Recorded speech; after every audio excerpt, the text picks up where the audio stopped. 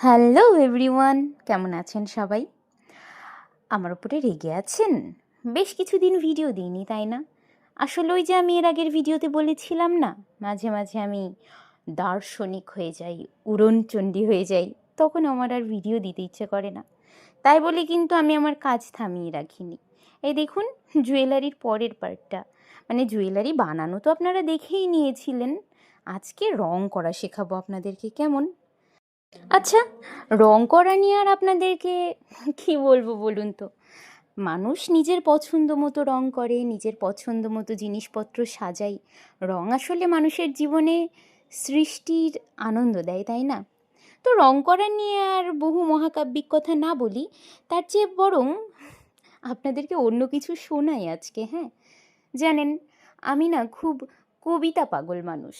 আমার কবিতা পড়তে খুব ভাল লাগে। আমি মাঝে মাঝে বাড়িতে টুকটাক আবৃত্তি করি। আচ্ছা, আজকে আপনাদেরকে কবিতা আবৃত্তি করে শোনালে কেমন হয় বলুন তো? আচ্ছা, আমি আপনাদেরকে আজকে কবিতাই আবৃত্তি করে শোনাবো। কেমন লাগে সবাই কিন্তু আমাকে একটু কমেন্টসে জানাবেন।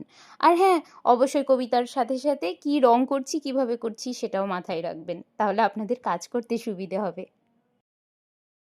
আমার কোনো বন্ধু নেই যার কাছে আমি নিজেকে ভেঙে চুরে খুচরো পয়সার মতো জমা রাখতে পারি, যে আমাকে যত্ন করে সঞ্চয় করবে, প্রয়োজনে ফিরিয়ে দেবে একটা একটা আধুলি।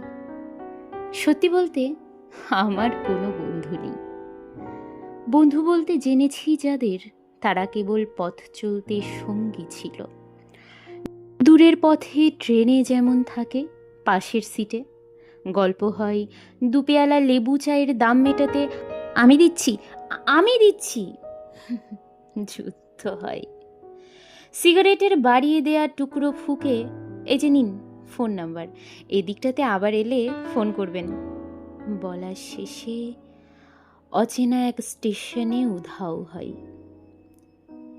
এই যে আমি পথ হাঁটছি, রোজ খাটছি বুকের ভেতর কষ্ট ক্লেদ, এই যে আমি ভীষণ ক্লান্ত, বুকের ভেতর জমছে কেবল দুঃখের মেদ, তবুও আমার নিজের কোনো বৃক্ষ নেই। প্রবল দহন দিনের শেষে যার ছায়াতে জিরোবো ভেবে ফিরে আসার ইচ্ছে হয়,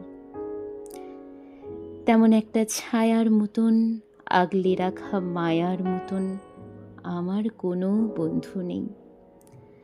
একলা দুপুর উপুর হলে বিষাদ ঢালা নদীর মতন, একলা মানুষ ফানুস